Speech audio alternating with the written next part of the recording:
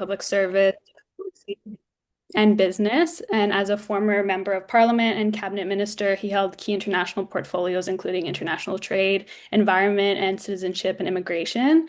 Following his long political career, he served as Canada's ambassador to the World Trade Organization and United Nations agencies in Geneva, where he was then elected as chair of the WTO Council. He later led the Canadian Electricity Association as president and CEO, and today he serves on multiple corporate and advisory boards, including the Canada-US Business Council. So, following his career spanning decades in various levels of the public service, Sergio has recently written and published his book titled Pursuing a Public Life: How to Succeed in the Public Political Arena. And in this book, he shares the adventures, policy decisions, and lessons learned in an effort to shed light on the inner workings of a public life and encourage young people like us to venture into Canadian politics and diplomacy. And in fact, all of the net proceeds of Sergio's book will be going towards a York University scholarship, which will help financially support political science undergraduate students. So, welcome, Sergio. We're very excited to get started. If you're ready, we'll kind of head into the moderated discussion that we have ready for the next Absolutely. Let me minute. let me interrupt by saying thank you to you, Katerina, and thank you to Jaden for your cooperation, your support, and the organization that went into this evening's chat, and also to thank those who've made the time to join us. I'm very much looking forward to it, but I'm very grateful to the two of you for making this possible. Great. Thank you so much, Sergio. So we'll start heading into this conversation, and it kind of follows a bit of Sergio's career in a chronological order. As I mentioned, you've worn a lot of hats throughout your career in public life, but before touching on that, I'd love for us to start at the beginning, before your life in the public sector even began. So for those who don't know, Sergio was actually born in Argentina to Italian parents, and you and your family subsequently ended up immigrating to Canada. How did that experience shape you and your eventual career in politics and diplomacy? Well, I think the fact that I was part of an immigrant family and ultimately being active in the community and then subsequently political life brings you close to the issues of immigration, migration, obviously multiculturalism. It gives you a sense of an international perspective, which is something that most Canadians have because we are a big country of people from all corners of the globe, and we know that we are too small of an economy to generate wealth just from within. So many people came from far and wide to join Canada, and with them they brought an international perspective, which makes it more natural and more easy to build the kind of Canada that we want and that we need. As well, I think being born of Italian parents helped me in a very practical way because the riding that I represented had a healthy dose of Italian Canadians. Now, obviously, for the most part, we spoke either English or French, but a lot of times some of the old timers would come into my constituency office and they would be much more comfortable speaking their mother language. So I think being born abroad gives you different perspectives. I think probably gives you a richer flavor of perspectives and dovetails with a number of issues that many Canadians are going through across the country. So I think it was an advantage, although you don't have to be born outside to make a go of it in politics, clearly. That's really interesting. I think, I mean, that's captures it a lot, and certainly the experience for so many new Canadians now coming to Canada and trying to find identity within a country that, we all try to find our own identity. And that's sometimes not so clear as a Canadian, what Canadian identity means and what that represents, and something we're kind of continuing to build in, I guess, what has been claimed as a mosaic at the federal level in Canadian identity and culture. It makes me think a lot about the toxicity in politics and the polarization and division, which I think is also very present in 2025 between a system that almost seems so dual partied, where you don't have much diversity within parties and democracy. It's almost something that turns away a lot of young people and individuals I speak with that don't want to pursue politics, don't want to run, almost see it as something that's entirely repulsive. And I know that's kind of a strong word to use. It's totally true, though. You know, if you're having conversations with high school students and with students in the public system, or not, or otherwise, it's not a system that they're typically interested in pursuing as a career, becoming a politician, joining the public service. What's your case? Why should they do that in 2025, 2026? I stand corrected. Where's the pull factor to pursue that life? Yeah, there's no question, Jaden, that our politics has become more divisive. You've mentioned it's become more polarized. It's become a tad nastier, and that doesn't help encourage people to consider public life, as you just suggested. On the contrary, it pushes them away. And that's why I initially wrote the book, because I'm concerned that too many young Canadians, as well as not so young Canadians, are giving politics a pass. And I hope we can change that, because, as I say in my book, artificial intelligence has great potential, but it won't run a country. It won't provide empathy. It won't provide leadership. That comes from human beings. And so my expectation, Jaden, is that when you're young, you think about your future, right? You think about what you want to do. You think about what school and what university or what college you'd like to attend. You think about where would I like to live. You think about where would I like to travel. So when you're a youngster, as I once was many moons ago, the future was an ongoing concern. And so my first answer to your question is I would hope that youngsters aren't deflated by the current culture, but if they do give a darn about the future that they're about to inherit, I hope that there's enough motivation and idealism and energy to do something about that polarization and divisiveness and nastiness, to bring a sense of politics which are decent. You're never going to eliminate the contrast and the fight that inherently is part of democracy. But you don't have to be personal about it. You don't have to be nasty about it. You don't have to be cruel about it. What you need is a lot of empathy, a lot of understanding, and hopefully young people want to change the channel rather than throw away the TV, if I can use that analogy. So I'm hoping that young Canadians will help change politics. I think young Canadians are a tad more ideal than your average politician. Sometimes politicians spend too much time in the political arena and you get jaded by that. So I'm hoping that youngsters who are concerned about their future also look to the political culture and see how can we make this better rather than saying, I don't want to get involved, because then you get the politicians you deserve. Sometimes you get good politicians, and other times you get people who have no business being at the center of public life because of what they do or what they say. Or, you look down to in the United States, and it seems forever ago that America was a leader in democracy or institutional building. In a matter of a couple of years after Mr. Trump has come on the scene, America is upside down. Do we want that for Canada? That's what young people need to ask themselves. And if the answer is no, then what are young people prepared to do? Now, not every young person should go into politics. That's not the way it works. Everybody has their dreams, everyone has their aspirations. But if there are young people who have an inkling of serving the public good, then this is the most exciting times when you have challenges, when you can turn those challenges around and build a prosperity that we can be proud of. So I'm hoping that youngsters will find the courage to take on some real tough challenges in the political culture of Canada.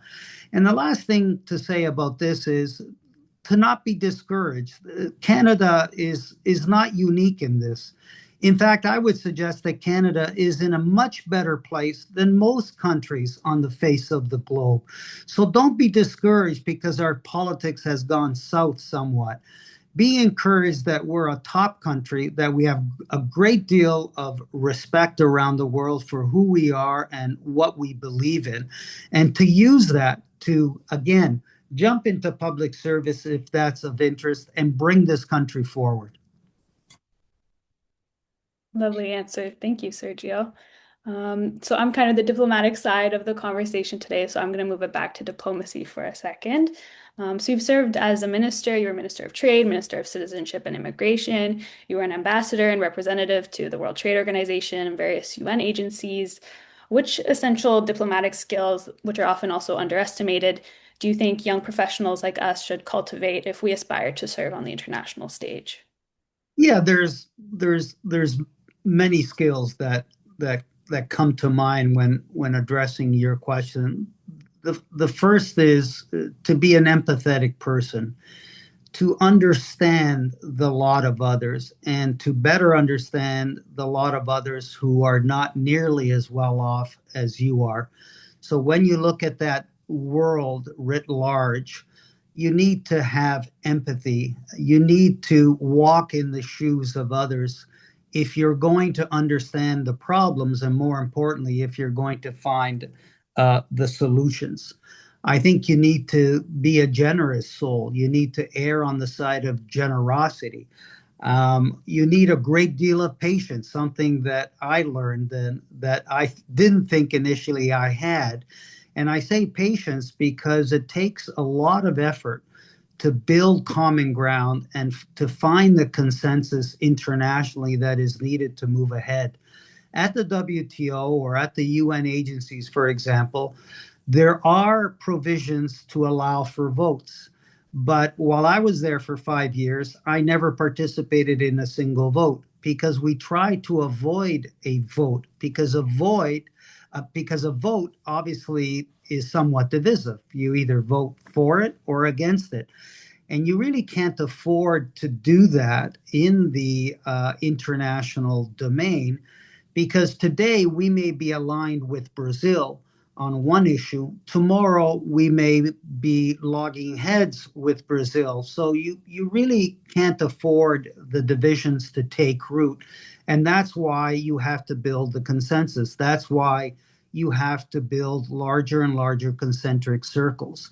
And in working with others, you need to also be a team player.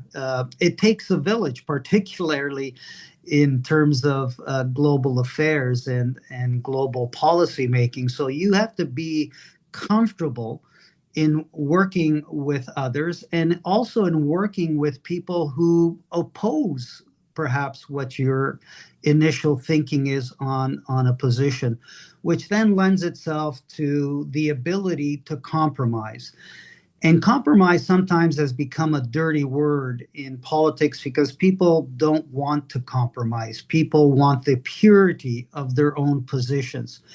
Well, my suggestion is that life is one big compromise. Whether you're growing up, you got to compromise with your parents, you got to compromise with your friends, you got to compromise with your students. And guess what? When you're a professional, you also have to compromise. And I don't think that's a bad word. I think that's a realistic word because if everybody sticks to their own position, then what's going to happen to division? What's going to happen to polarization? Well, what's going to happen is it's going to be exacerbated.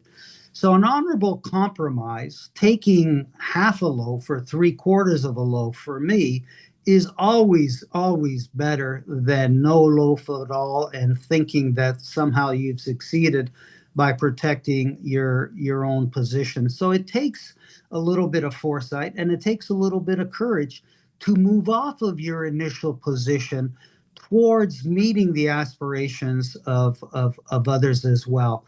And finally, I think when you're looking at the diplomatic world, you can't look at it in the short term. You can't look at it, what have you done for me yesterday, or how is the world going to change next Tuesday morning? Usually, the world doesn't change that quickly.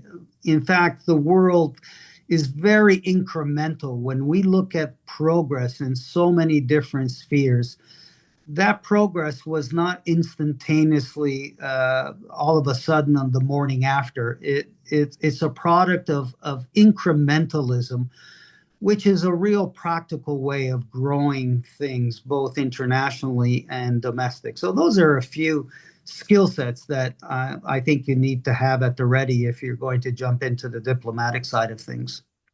Great, thank you. I'd love to just jump in real quick, Jade, and ask a little follow-up. So you talked a lot about consensus building, Sergio, during your time as ambassador. And one of my favorite stories of yours, which you shared before, is on your approach to diplomacy at the WTO, and you did soccer diplomacy. And I'd love if you kind of share that story. That's one of my favorites of yours. So if you could talk about how you approached diplomacy through soccer in Geneva, that'd be great. Yeah, people are probably wondering what the hell is this guy doing playing soccer and thinking that's good diplomacy. The very quick background is that we were at the residence of the Singapore ambassador because in Geneva at the UN, at the WTO, you're forever meeting over breakfast, lunch, dinners, coffees to try to put proposals together and then build that consensus.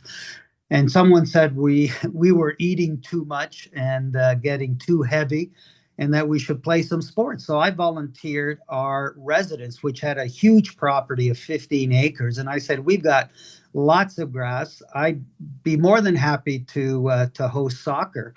And people jumped into it. So I organized the first game with about 25 ambassadors. I would have wanted to do more, but I couldn't because you can't play soccer with 100 people. So we did what we could.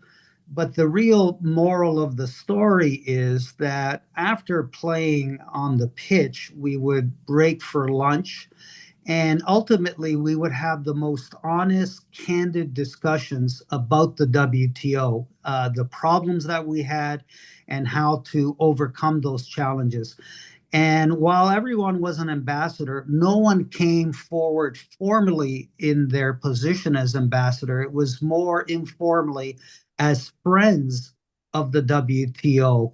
And we did that once a month, and I did that for 4 years. My successor did it for 4 years. His successor did it for another four. So we had 12 years of regular soccer playing where it was probably the most strategic conversations that I've ever had in any milieu at the WTO. And when people found this out, when they heard about these discussions, people were upset that they weren't invited to play soccer. But I held the line because, as I said, you can't play soccer with 100 people, nor can you have a candid conversation with 100 people. So the nucleus, the format of about 25 ambassadors regularly was stupendous. And the bonds between those ambassadors became very, very tight. And in many instances, that group of 25 served as the quarterback for pushing a number of files forward. So we fell into this soccer diplomacy completely by accident, but it was one of the better accidents that I've ever mustered, if I can say that. Great. Thank you so much for sharing I that. I'll love pass that. it on to Aiden. I love that so much. That's such a great story. And we need more soccer diplomacy, but there's so many But it didn't mediums. finish at the soccer diplomacy. I don't want to go on and on about it. But then the Chinese ambassador, we're fond of saying they steal our IP, our intellectual property. Well, he saw the advantage of these soccer diplomacy days. Didn't he start a ping pong tournament in his embassy? He had several tables. And then after ping pong, he would serve a beautiful Chinese lunch. So he copied it because he saw the value of getting people together. So ping pong and soccer was the excuse. They were the facilitators of what ended up being the most candid conversations that ambassadors ever had. Hmm. I think, and I'm looking a lot of this now from some of the research I'm doing. In it, it's always around, okay, if you want to get survey research, if you want to get attitudes abroad, some of the things you look at are what we can agree on. And you start at a question of the basis of human nature, and you kind of go towards something we can all slowly meld towards. And I'm sure, in diplomacy, it's extremely similar from the delegations I've at least participated in, where you're finding the alignment with the other country until you can go forward with a strategic objective. I think in your book, you talk a lot about politicians being made rather than being born, and innate political talent not really being a real thing. It's kind of something that is melded. Maybe you have a strategic, a specialized background in it. Maybe you're more geared towards it. I think that talking to a lot of people, especially in the young, motivated scene, you have a lot of ambition, and then you have people that maybe aren't particularly ambitious. And that's a big aspect of confidence. It's a big aspect of nurture and nature, and what someone's background looks like. I'm curious. I mean, how can we create a political scene where, and this is a big question, address whatever you'd like within it, where there's a healthy relationship between those working on the political side that are making decisions that are, the confident ones, but are also not making decisions because they were just the confident ones that were able to show up, that actually have the background with the science background and the business background and the education background, and something that's applying to every facet of the Canadian lifestyle rather than the loudest in the room. And then simultaneously on the back end, you want the similar character on the public service side, right? And there's often an unbalanced dichotomy between the public service side and the political side. How would you expand on that? Yeah, I believe that political leaders, by and large, are made. And I say that, A, because it's true, and B, I cited it because many youngsters would tell me when I talk to them about politics, they would say something like, well, I'm not sure I've got what it takes. I'm not sure I'm cut out for political leadership. And my response to them is, you know, with the exception of the Nelson Mandelas of the world or the Gandhis of the world, and you look to those giants and you think, wow, they were born for that. And it's true. But the vast majority of other political leaders are made. They evolve, they struggle, they make mistakes, they have the courage of picking themselves up and dusting themselves off and jumping back onto the horse, and away you grow, because making mistakes is a certainty in life. And I have found in my experience, often I've learned more from my errors and mistakes than I have from my successes. And if you're prepared to learn from your mistakes, then you're going to learn how to become a political leader. I wasn't born a natural orator. No one taught me how to speak, or I didn't go to finishing schools to figure out how to speak. It's something that you learn. Now, my first speech in the House of Commons, my knees were shaking because I was nervous. Naturally, you had people watching you. You knew that people are watching you on the TV, and there's nothing more intimidating than colleagues sizing you up. But you need to start somewhere. Your experience grows.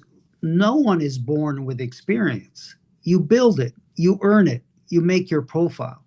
Your intuition politically grows as well. No one is born, with the exception of very, very few, with a political nose, a political acumen. You develop it. You develop by successes, by mistakes.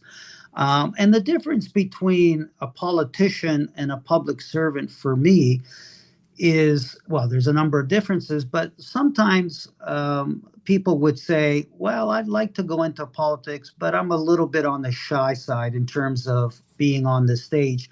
And that's where sometimes public servants are very attracted to their work, because it's more behind the scenes, right? You're not seen by millions of Canadians debating. You're largely invisible. You're doing the work for your clerk. You're doing the work for your ministers. You're doing the work for your prime minister. So they will take center stage, but with it, they will take your ideas that you've hatched in the back rooms. So if you're on the shy side, if you're worried about public speaking, but you do have an inkling of wanting to serve fellow Canadians, then a bureaucrat's life may be made to measure. Just keep in mind, though, that when you're a public servant versus a politician, you need to stick in your lane. And not everybody is able to do that. In other words, you're giving a certain assignment, a certain specialty, and you can't move left or right because that's somebody else's lane. So if that is okay with you, if you can grow within a little bit of inflexibility, that's great. I know that my temperament, I wouldn't be able to be a good, successful public servant because I've got a big mouth, I've got a big curiosity, and I like to look left and right and not just look in front of me. But again, it depends what your personality is. And you've got not only a bureaucrat's role, not only a federal role. Provincial is similar to federal, but you can also be in municipal. You can be in the local community. You don't have to take on huge national issues. You can be happy looking after the administrative needs of your city. So there's many opportunities for people who wish to serve, and don't be shy about thinking that you need superhuman credentials and values. You develop those. You obviously have a base that you have through yourself, through your parents, through your friends, and then you build on it, and everybody else has done the same. So we're all more or less in a similar boat where politicians are made. You don't have to be born. That's an incredible answer. I mean, I think 100%. I mean, totally see this in the world, and I think that you mirror, like, you're just totally speaking about a really good representation of how something comes to be from nothing to something else. What steps along the way influence that thing to a different trajectory? Now, I'm thinking, and just to briefly follow up here, out of all of these experiences that you've had, if you were to go back to young Sergio, new to Canada, new to the world, I mean, like a lot of us on the call, kind of, in a Gen Z, the equivalent, what would you have gone back and told yourself? What would have been your word of advice that would have helped you? I think one word of advice when you're young is to be curious and to believe in volunteering for your cause. Now, not everybody can afford to volunteer. I get that. Some need to work, get paid, so that they can pay for their education, pay for their room and board. That's entirely acceptable.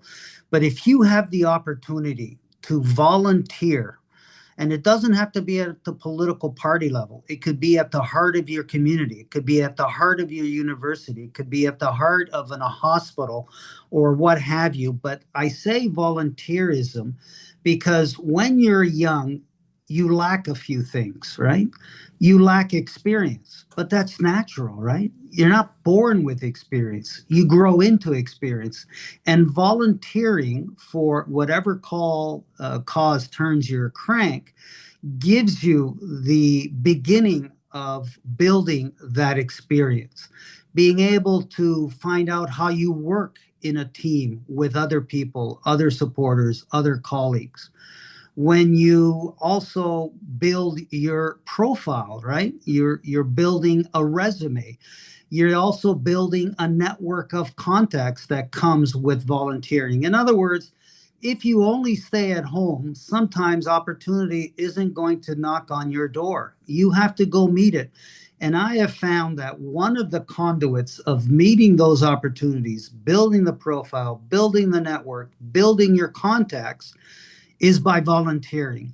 And volunteering in your community is could have a direct access to the next level of engagement, which is political. And that's exactly what I did. Now, don't get me wrong, many different roads lead to politics, but I think among the better ones are a community activist driven voluntary or professional life that coincides ultimately with serving the community, which is at the basis of political representation.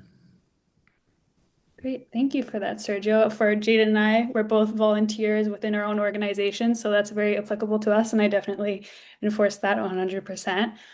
We'll be moving into the question period soon, but we'll give you one more question. This one kind of moves to today's topics and international climate. For those of us in the international world, there's a lot of talk about trade and the World Trade Organization and its credibility now with a lot of different changes regarding negotiations and tariffs, things like that.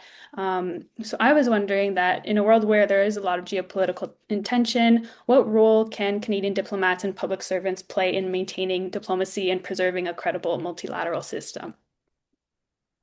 Well, multilateralism is in rough shape these days. You mentioned the WTO, and I describe the WTO today as ambassadors being on a stationary bicycle. They're pedaling a lot, but they're not moving because stationary bicycles don't go anywhere fast.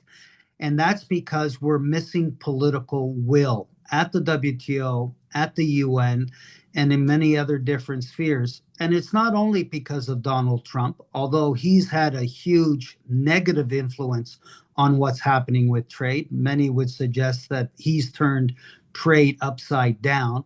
And I'm hopeful that this is not a permanent fix. I'm hopeful that the WTO is not dead on arrival, but is going through a unique pause, if you will. So ultimately, we need to rebuild multilateralism. We need to rebuild the consensus of working together because whether we like it or not, every country is connected at the hip. What we do in Canada reverberates around the globe and sometimes for generations to come.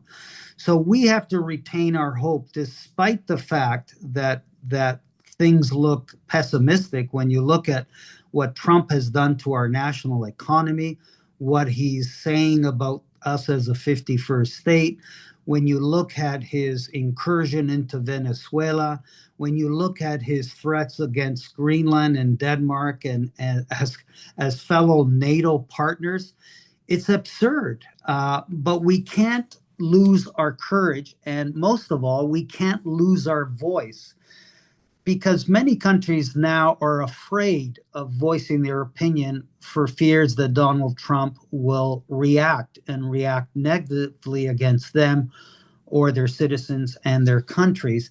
But at some point, we need to find the voice because if we've got global bullies, and we do, then the only lesson that we can teach them is through words, is through deeds, is through actions. It's not through silence because silence only encourages bullies to do more of what they're doing. So right now, I find that too many of the countries are keeping their heads down to try to stay away from taking a political bullet.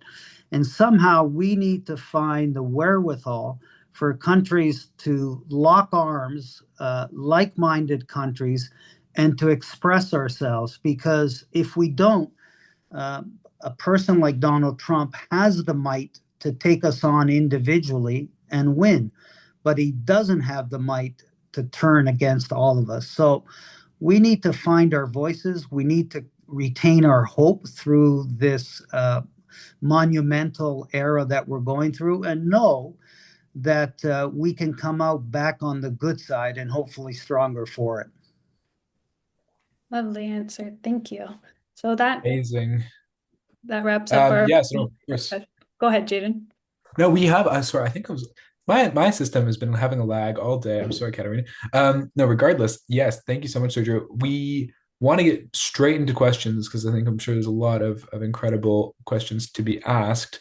And I think if you can just use the raise hand function, and we will go to whoever lines up first in the function. I'll keep an eye on that here. Feel free to put up your hand, and we will call on you to ask a question. Or use the chat. Thank you, Katerina. Yes, it's indeed that exists. Don't be shy. Who wants to take the first shot? Nobody? We've got a question from Janelle. Go ahead. Hi, my name is Janelle, and I loved your soccer story. That's basically what I can say. And I was already planning to ask you before you shared that story about any other funny stories from your time on the international stage. And so I loved hearing that one, and I wanted to know if you had any more. Well, if you read the book one day, you'll see that there are a number of stories, and some indeed are funny. Let me tell you about one of my visits to the Vatican, which was both funny and tense at the same time. I was asked by our Prime Minister, Jean Chrétien, to head a national delegation to the Vatican to honor the appointment of a new Canadian cardinal. His name was Ambrosic. He was from Toronto. He was Archbishop. He was elevated as a prince of the city. And so the prime minister knew that I had an affinity for things related to the Vatican. I love the intrigue. I love the scandals. I love reading and watching movies about the Vatican. So he knew that. So he asked me to do it, which I was hugely grateful to him because it was a trip of a lifetime. We organized a delegation of 18 members of not only members of parliament, but members of parliament, senators, councillors, provincial, and other individual Canadian citizens, and off we went. And it was a trip of a lifetime because we went to areas of the Vatican that were closed to the public. We were having these lunches and dinners in these rooms with these incredible pieces of art hanging from the ceiling and from the walls. We had elevated discussions with cardinals and the curia from the Vatican. And the mass celebrating 21 cardinals was done outside on the feet of Saint Peter's Basilica during an immaculate, pardon the pun, immaculate sunny spring day. But our problem was that the Pope John Paul II, at this time of his life, he was very frail. And they had a tradition, the ambassador explained when he briefed me, that typically every ambassador would get a room in the Vatican to which he can invite friends, family, and national delegates. And then the Pope would visit each room individually to say hello. So I thought that was kind of neat and special, except on the on the eve of the Mass, we received a note that the Pope was not feeling well, that he would not be able to hop along all these different rooms, and that he would be meeting up to 10 delegates in his personal study, which was just as terrific. But my problem was that we had 18 delegates. So I said to myself, what do we do? The ambassador said, look, you'll have to tell 8 people to stay behind. To which I said, I'm not even daring to go there. I'm not going to tell 8 people that they can't meet the Pope. We're all going. So the ambassador cautioned me and he said, look, Minister, you have to be careful because the Vatican takes its protocol very, very seriously. I said, we're all going. So after the Mass, we waited in an area until a young priest came to tell us it was our time. And so we followed the priest through different alleyways of the Vatican until we came to a solitary priest standing in front of the personal study. And as I was walking towards him, he saw my name tag and he read Sergio Marchi and he said in Italian, ah, an Italian minister. And I said, well, to be correct, Father, a Canadian Italian minister. And while I was speaking in Italian, he was looking behind me and he said, so, Minister, how many delegates do you have with you? And I said, well, Father, about 10. And he said, what do you mean about 10? You have more than 10. How many? I said, there's 18. He said, 18. Did you read the note that we sent you? I said, yes. And he said, well, what part of it did you not understand? And I said, the part that we had to send 8 people back, I didn't understand that. We came a long way to honor our cardinal from Canada. We chose 18 eminent Canadians. And I would expect that all of our national delegates would get to see the Pope. And he said, well, that's not possible. Choose your 10 right away. Do it quickly because we're going to have a backlog of other delegations. And at that, I stepped aside. I put out my hand and I said, well, with all due respect, Father, I'm not going to do that. But I invite you to select the 10 that you want and therefore the 8 who will go back to their seats. And he said, why me? I said, because you're making the rules up, and I don't believe in that rule, and I'm not going to do it. And he was flabbergasted because all of a sudden, this young ministerial guy from Canada is giving him the diplomatic gears. And then he motioned with his hand. He said, "Come closer." And I got closer to him. And he whispered in Italian. He said, "You Italian Canadians are all a bunch of mobsters. Honest to goodness." And I responded, I said, with all due respect, Father, there's more mobsters in Little Vatican than there is in all of Canada. At which point he said, "Via, via," which means in English, go, just go. And we did, all 18 of us. And we went into the study, and one at a time, we genuflected in front of the pew that was set up for the Pope. We exchanged a few brief words. That rosary, and the Pope would bless it.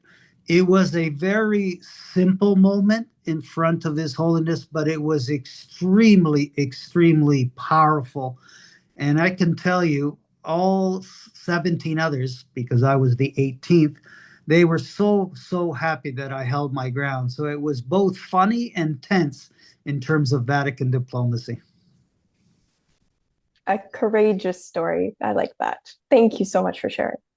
Incredible. You're welcome. And also kind of underlying with a lot of other interesting diplomatic kind of side bits in it, isn't it? I want to address it to a couple here questions from we got Tim and Natalia. I think both are really themed around the back end of politics and then developing kind of the courage and the advice that you have kind of for the next generation of political leaders, and I mean particularly Gen Z, I guess. What do you kind of find as one, the best way to go from A to B in terms of getting that first step into the hill, right? I'm sure you had constit staffers and parliamentary staffers many a time. And then kind of on that back end, how would you go about, that entire process? You start, you're interested in politics, you have one key piece of advice to move forward, which we kind of got, and then what's that footstep forward into that work? What does that look like? The first thing I'd mentioned some time back is not being afraid of volunteer work, because volunteering will deliver just as much as you're delivering to the cause. The second is never underestimate, if you're interested in politics or in civil service, being a political assistant on the Hill or at Queen's Park or at City Hall. I had the opportunity of being an assistant for 2 years, and I'm telling you, short of speaking in the House of Commons and voting, you did everything else that a member of parliament or a member of provincial parliament would do, especially if your boss is conducive to bringing you along to share different experiences. It gives you insights, it gives you knowledge, it gives you contacts, it also gives you context.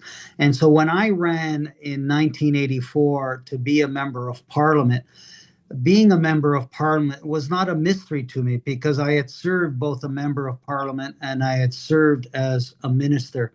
Now, the work of an assistant is never ending.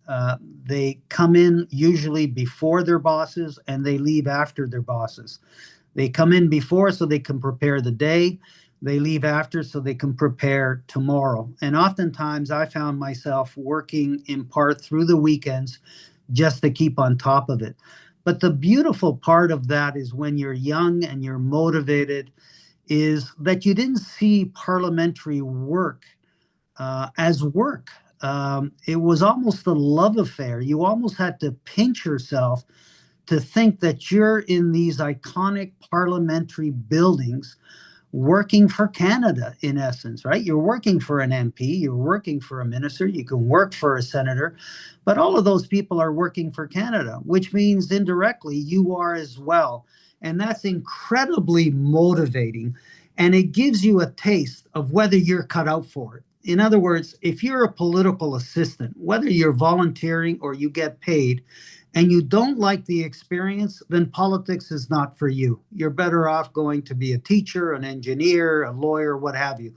But if you're a political assistant and about political assistant and you like it and you love the experience, you love the satisfaction level that public service brings you, then you know that you're cut out for it. You don't have to do it. There's other pursuits in life.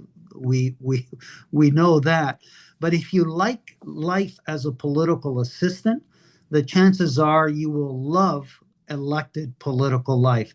Certainly, I did. Not everybody's like me. A lot of people are better off than me. Some people might not like their experience, but it's a great way to learn about the job and to learn about Canada, working for parliamentarians, traveling the country, witnessing the differences regionally speaking, and falling all the more in love with your country. So, volunteering is one aspect, becoming a political assistant, joining a campaign, you name it. Give it a go, try it. It's not the end of the world. And if you want more of it, then God bless you. Great. Thanks, Sergio. We have another question in the chat from Marie Chantal. She's with Young Diplomats of Canada. She's the recruitment team lead. So thanks for being here, Marie Chantal. I'll kind of condense her question a little bit. She first said, it's been a pleasure to have you, and she loved hearing about your anecdotes. She said that regarding the political sphere, how does empathy translate into diplomacy? You mentioned about how we need to have empathy for one another. So she was first asking how empathy would translate into diplomacy. And her second question, which you can answer afterwards, is a bit regarding what you were talking about, pursuing volunteering. She said that often these volunteering experiences open the right doors to get started, but sometimes it still requires patience to wait for your career to build up. And so she was asking if you have any advice for developing patience and confidence that our time will come. So, how does empathy turn into or work with diplomacy? And then also, how do we be patient while we're building our careers? Many people consider empathy a more important criteria than intelligence. In other words, empathy is all about emotional intelligence. And empathy is at the core of political life or diplomatic life because empathy is about caring for others.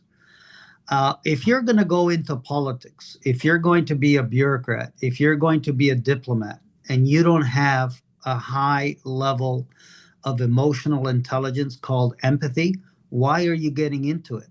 Because you may be getting into it for the wrong reasons. If it's only an ego trip, if it's only a power trip, chances are that it won't finish well. Some people get away with it, most people don't, because ultimately the truth will come out.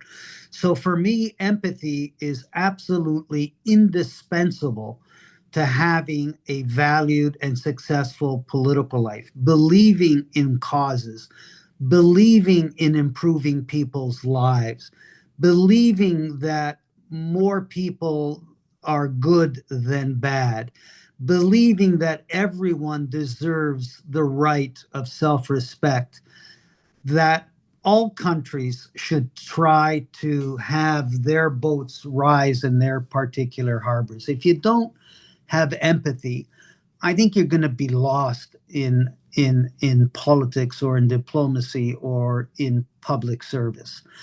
And in terms of volunteering and patience, if you're young, you will have the patience. Why? Because you have a lot of runway. You don't have to do this overnight. I mean, if you get the call, the public service call to do something at age 50 or 55, that may be different. But if you're 18, 19, 20, and you have the ambition to have something to do with your country or your community, then be patient, bide your time because you are on the good side of it. I made a huge mistake, which is another story for Janelle and others, is when I was in opposition, my father was calling me to see if John Turner, my liberal leader, had given me a critic portfolio because the opposition most members of the opposition have an assignment to be in the shadow cabinet to shadow a minister, right? You ask the questions in question period, you go to the parliamentary committees if that's your area. And I remember telling my dad, no, he hadn't called yet. And I was getting worried. Well, he finally called, and I walked into John Turner's office and he said, I'd like you to become a member of my shadow cabinet. And I said, I'd be honored to. He said, I'd like you to be the critic for, for fitness and amateur sport. And with all the respect I have for our fine athletes, I thought I was run over by a truck because the critic portfolio for fitness and amateur sport is at the absolute basement of all the critic portfolios, right? There's nothing below that except when the janitor asks you to leave the House of Commons because he's got to clean and close the lights. So I said to myself as I walked back bruised to my office, I said, what do I tell my dad? Anyway, I called him up that night and I said, Dad, I got some good news and some bad news. He goes, Fire, give me the good news. I said, the good news is I'm in John Turner's shadow cabinet. He said, that's terrific. What's the bad news? I said, the bad news is he made me fitness and amateur sport critic. And there was silence. I said, Dad, are you still there? I thought he fell off his chair in pity or something. And he said, Yeah, I'm still here, but I don't understand it. What's the bad news about that? And I said, Dad, it's the last portfolio. It's the last rung on a long ladder. It's the bottom of the heap. It's in Italian, the cellar means cantina. I said, I'm residing in the cantina. And then he took a strip off me, which only a father or a good mother would do. And he said, Don't you ever, ever repeat that again to anybody. You're a member of parliament. You're all of 28 years old. You're going to have a good future if you give it a chance.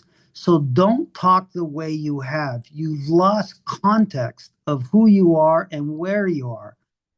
Roll up the shirt sleeves and do the best job you can. And if you do that, the future will take care of itself. And I was stunned because my dad was absolutely right. I had completely lost context and I was looking at it from an ambitious point of view rather than taking a wider, longer perspective. So when you have a lot of runway, you have the luxury of being patient. So take your time, and if you keep at it and you persevere, you'll make it. That's really an incredible note to wrap things up with, Sergio. I'm taken by that anecdote. I will put my email in the chat here if anyone has some extra questions and things that didn't get addressed, and if there's any other questions or details around or other organizations. And Katrina, feel free to add yours if you'd like, or I can also forward any channel communication to yours as well. Happy to reach out, happy to have conversations with anyone here. I also want to thank Sergio so much for all of this, and I'll hand it to you for the last word. I know we're a minute over, just for some former final remarks here. And Katerina, so much for all of this collaboration. Young Politicians of Canada, Young Diplomats, a first cooperative event, which has been really exciting, and glad. I think there's spaces beyond Ottawa. So while this event was initially potentially going to be in person in Ottawa, we've managed to get participation from across the country in this call. So I'm really excited about that. Sergio, without further ado, I'd love to hand it off to you for the final word and a couple of notes around the book as well. Thank you so much, everyone. Well, thank you. I'm amazed that the hour has gone so quickly. I hope I didn't have answers that were too long and then cut off people who wanted to ask questions. If that's the case, my apologies. I enjoyed thoroughly responding to Jaden's question, to Katarina's questions, and to the questions of other colleagues. All I can say as a close is if you have an inkling for serving the public good, don't dismiss it. Don't get intimidated.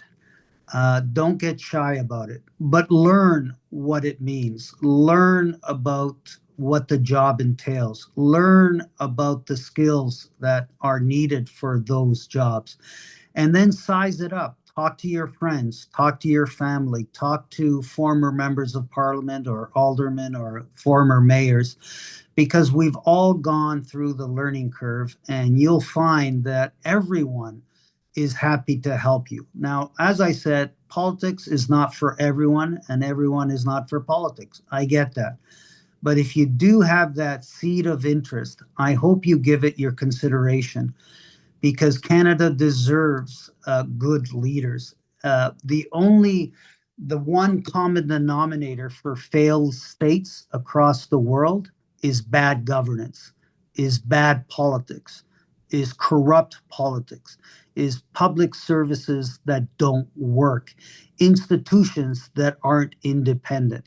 Those are all common denominators of failed states. Canada is not a failed state. On the contrary, Canada is one of the countries, blessed countries in the world. But we want to keep it that way, and we want it to be even better and bigger and more prosperous. And so I'm encouraging those who have a bit of public service sense. If you don't, that's okay. But if you do, I implore you to really give it a good shake because we will need your leadership, we will need your judgment, and above all, we will need your idealism. So thank you very much for participating tonight, and I wish all of you good luck with your respective futures and your professional attributes. Thank you, everyone. The recording will be sent in a follow-up email. And don't forget, you can always buy Sergio's book online or even at Indigo and Amazon. And we have a little youth discount code to get 20% off if you use Marchi20, so Sergio's last name with a 20 next to it at the link that I provided in the chat to get 20% off. Thank you, everyone. Thank you. Thank you. Thank you again. Bye bye. Take care.